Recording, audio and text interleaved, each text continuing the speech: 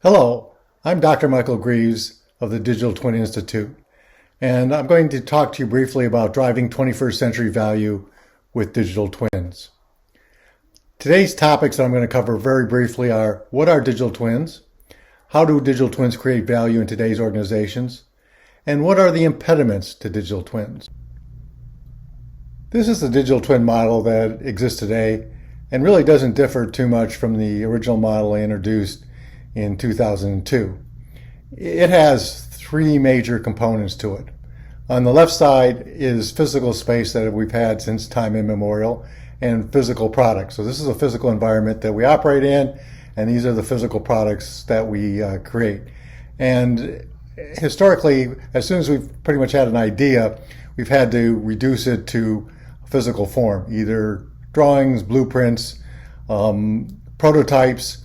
And so we have lived pretty much in a physical world. On the left side is this new virtual space and digital twins that we are now able to create in a digital format because of the advances in computer technology. And they basically are the representation of what we have done in the physical space since humans have been in existence. The third aspect is the connection between the two spaces. And what we want to do is to have data come from the physical space and populate the virtual space. And what we need is, in essence, the idea of information that we're going to use back over in the left side in the physical space. And so these three components, physical environment and physical products, virtual environment and virtual products, and then the connections between the two spaces are what we were dealing with today. And the reason we want to do that is that we want to move work activity from the physical space to the virtual space. And so 20th century and before, we pretty much were confined to the physical space. We now have this ability to use virtual space. And why we want to do that is we have the ability of substituting information for wasted physical resources. Not for the resources we do need to do to complete the task, but for the wasted resources over and above the minimum amount of resources that we need to physically create the product, manufacture the product, support the product, and finally dispose of the product. The digital twin is intended to be in the entire life cycle of the product. And as you can see from the little diagram below, as we move to a product-centric perspective and away from a silo perspective of products, we want to have the digital twin encompass the entire life cycle. So this means we need different types of digital twins depending on where we are in the life cycle itself. Initially, we have what I call the prototypical digital twin, or the digital twin prototype. And as you can see from the diagram, it takes place from a vague idea to the formulation of a specific product that we are going to manufacture and bring to market for people to use.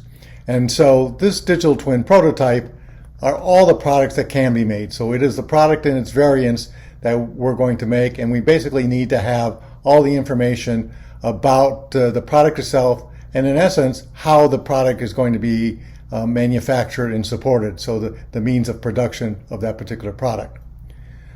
This is a generic version, and it has specifications with tolerances. When we go to make the product itself, we get what we call a digital twin instance, and this is of complex products. This F-35 needs a digital twin, a paperclip doesn't. And so for complex products, what rolls off the assembly line, we want to have specific information about how that product was manufactured. It no longer has tolerances. It has a specific number of what we have made. And so these are all the products that we can make. And so these are the products that are made, and we want to make sure that we capture that information. When we go to put these products into use, we now can aggregate all these particular products so we can do such things as prognostication of product performance. And so we move from periodic maintenance to maintenance based on actual performance-based maintenance. And these are all the products that have been made. And quite frankly, this is one of the major opportunities for the digital twin, is this idea of collecting all this information on products that have actually been made. Now, it relies on information from the digital twin instance, and clearly the information from how the products can be made are part of this. So how do digital twins create value in today's organization? And this can be illustrated by this simple graphic that information is a substitute for task wasted time, energy, and material.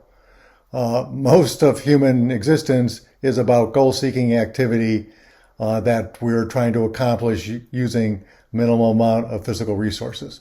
So if I look over on the left side, is classically how we've done it, is the idea that for any particular task, I can divide it up into two pieces.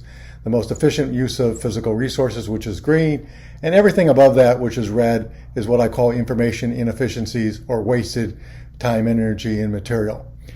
On the right side is this idea that information is a replacement, not for the physical resources I need to do the task, but for the information inefficiencies. I'm showing the ideal situation here, but even if I can reduce some or a substantial amount of the information inefficiencies, there's real value. When this works is that the cost of the information, because information is not free, is going to be less than the cost of wasted time, energy, and material. And because information can be reused over and over again while physical resources can't. This is why this is a real opportunity to use information in digital twins for being much more effective and efficient in today's organizations. How do organizations measure value, and how does the digital twin impact that? And value in an organization is measured by the change in income, and ideally the increase in income, over the assets deployed to get that income. But income can only be affected by two things: revenue and cost. On the cost side, we have our different departments, but it pretty much just boils down to the material costs and the people's cost, and their costs are developed by their time and rate. And no matter who you are in the organization, that pretty much is the factor of how you, in essence, value the people. On the revenue side, it's dependent on the price of your product and the quantity of your product. And the price of your product is pretty much a function of the number of things that your product can do and the quality of your product. Below a certain amount of quality, you're not going to sell any, and above a certain amount of quality, it's going to cost too much. And from a function standpoint, in the digital twin, we have the ability of selling both products and selling information of those products.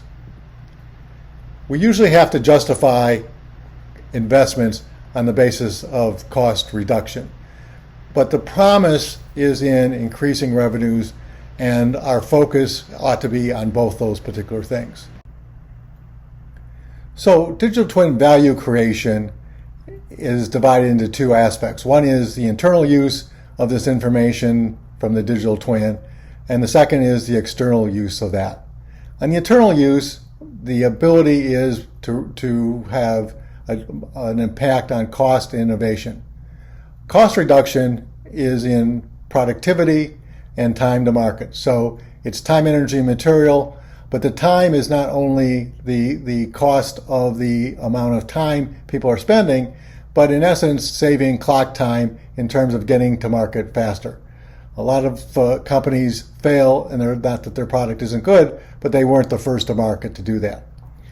We also can use it for innovation increases, because we can reallocate resources from times we spend on wasted resources and reallocate that to looking at innovation.